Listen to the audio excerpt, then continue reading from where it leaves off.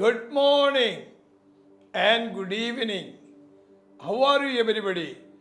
നിങ്ങൾ എല്ലാവരും സുഖമായിരിക്കുന്നെന്ന് വിശ്വസിക്കുന്നു.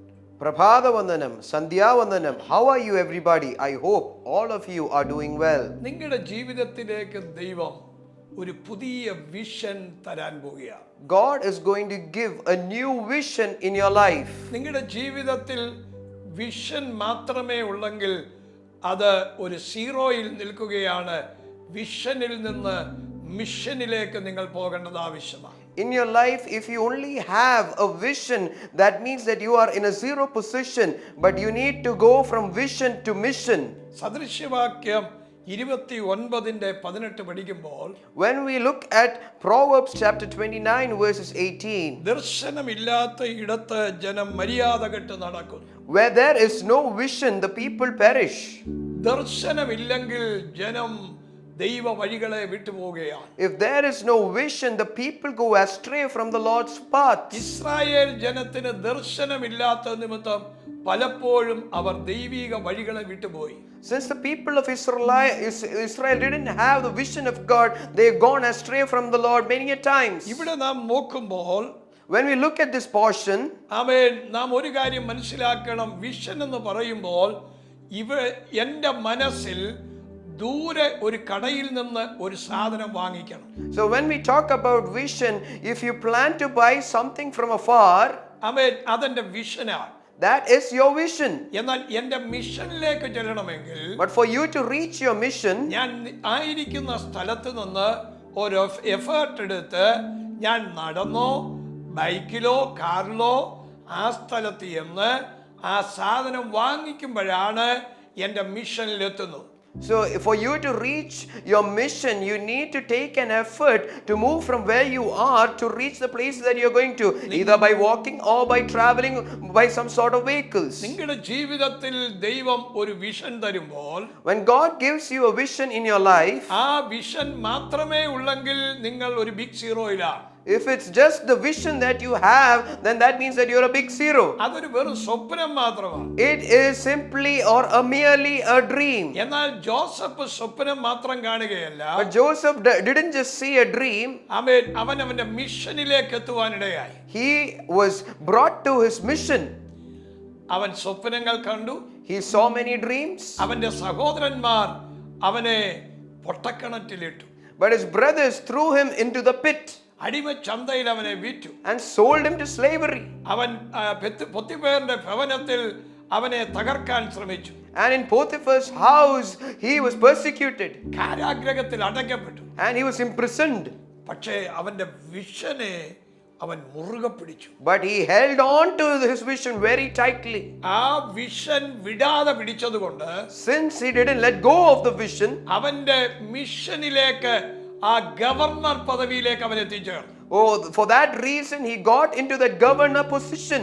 ഇന്ന് ദൈവം നിങ്ങളെ നിങ്ങളുടെ വിഷനിൽ നിന്ന് ആമേൻ മിഷനിൽ എത്തിക്കാൻ പോകുകയാണ്. Today God is taking you from your vision aspect to the mission aspect. ഈ വർഷം അവസാനിക്കാൻ പോകും.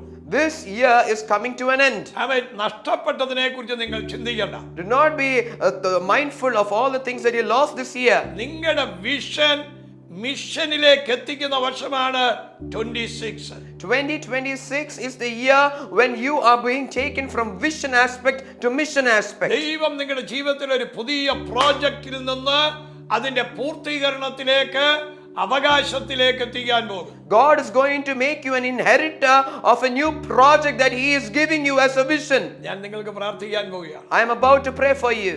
വിഷനും മിഷനും ഒന്നിക്കുമ്പോൾ ഭൂമിയിൽ വലിയ കാര്യങ്ങൾ സംഭവിക്കും. When vision and mission comes together, great things happen upon the earth. അത് നിങ്ങൾ അനുഭവിക്കും. You are going to experience it. അത് നിങ്ങൾ കാണും. You will see it. അതിൽ നിങ്ങൾ സന്തോഷിക്കും. You will be joyful of ആ it. ബ്ലെസ്സിംഗ് ഓവർഫ്ലോ ചെയ്യും. That blessing will be overflowing. ഞാൻ നിങ്ങൾക്ക് വേണ്ടി പ്രാർത്ഥിക്കാം. I'm going to pray for you. ഞങ്ങളുടെ കർത്താവേ, Our Lord, ഈ പുതിയ വർഷത്തിലേക്ക് കയറുമ്പോൾ as we step into this new year, ഒരു പുതിയ വിഷൻ, a new vision. ആമേൻ, ആ മിഷനിൽ എത്തുവാൻ Oh Lord, help us reach that new mission. ദൈവം ഇടയാക്കണമേ. Oh, help us reach അത് there. രണ്ടും ഒന്നിക്കുന്ന വർഷമാക്കി മാറ്റണമേ. Oh, let this year be the year when both vision and mission come ഈ together. വചനം കേൾക്കുന്ന എല്ലാവരെയും അങ്ങ് അനുഗ്രഹിക്കണം. Oh Lord, bless all those who are listening to these words. അങ്ങയുടെ കരം ടച്ച് ചെയ്യണമേ. Oh, may your hand touch them. ഈ ജനത്തെ ബ്ലസ് ചെയ്യുന്നു. Oh Lord, I bless these people. ഇപ്പോൾ ഏത് ഭാരത്തിലായിരിക്കുന്നോ ആ ഭാരത്തിൽ നിന്ന് ജനത്തെ വിടുവിക്കണമേ. Oh, right now, whatever that they are being burdened about, Lord, deliver from their ഏത് burdens. രോഗത്തിലായിരിക്കുന്നോ ആ രോഗത്തിൽ നിന്ന് പൂർണ്ണ സൗഖ്യം കൊടുക്കണമേ. Lord, whatever ailments they are suffering in their bodies, Lord, heal them of all those ഇപ്പോൾ ailments. അഡിക്ഷനിലായിരിക്കുന്ന ചില കുഞ്ഞുങ്ങൾ, അവ ചില സഹോദരങ്ങൾ, അതിനെ എല്ലാം ദൈവം അതിൽ നിന്ന് വെളിയിലെടുക്കാൻ പോകുന്നു. Oh, right now, some children, some brothers who are in addiction are being brought out. ചില അഡിക്ഷൻസ് മാറാൻ പോകുകയാണ്. Oh, some addictions are going to be taken away. ഓരോ വ്യക്തിയും ക്രിസ്തുവിന്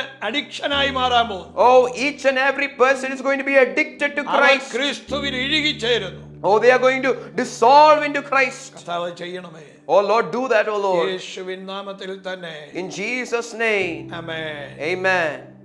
ഈ മാസം 23, 24, 25 ഇവിടെ വെച്ച് ഫാമിലി കോൺഫറൻസ് നടക്കുന്നു. അപ്പോൾ തന്നെ ഡിസംബർ 11 മുതൽ 31 വരെ ഈ 21 ദിവസത്തെ പ്രാർത്ഥന ഫാസ്റ്റിംഗ് പ്രയർ നടക്കുന്നു.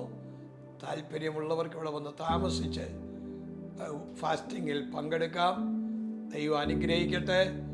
നിങ്ങളുടെ വിഷനും മിഷനും ഒന്നിച്ച് നടക്കാൻ പോകുന്ന വർഷമാണ് 26.